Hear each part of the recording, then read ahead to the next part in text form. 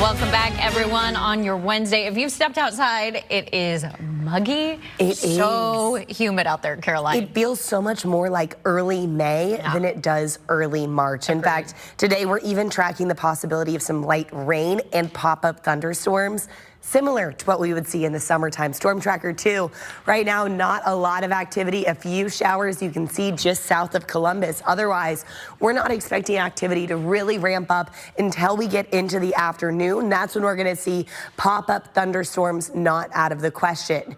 You'll notice a lot of that activity is going to be south of I-10, and none of these storms expected to be on the severe side, but you could get a brief heavy downpour.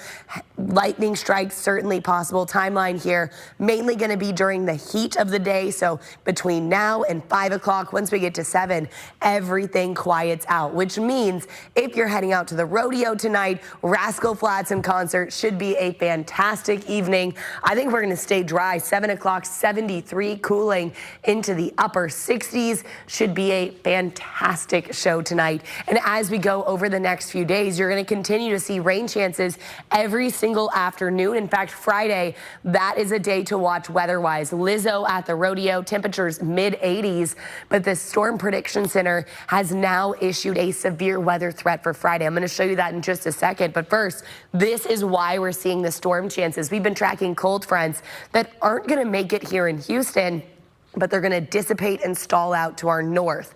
That's why rain chances highest in areas north and west of Houston. For Friday, areas like Crockett, Madisonville, Bryan College Station already in a level 2 severe weather threat. Here in Houston, we are in a level 1. It's really going to be strongest for areas north and west of the Houston metro as that front continues to dip to the south. So let me show you what this looks like as we go into this afternoon.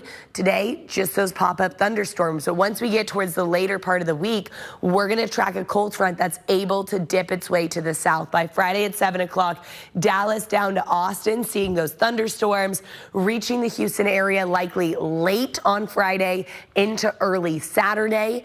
And then we're going to see those storms continue to be a possibility through the day on Saturday. So if you've got weekend plans, have an indoor option. Rain chances not guaranteed the closer to the coast you are, but forecast accumulations could be rather impressive. We're talking 1 to 3 inches of rain, which we actually do need. Over 80% of Southeast Texas is considered underneath a severe drought, but you can see the lowest accumulations, that's going to be closer towards the coast.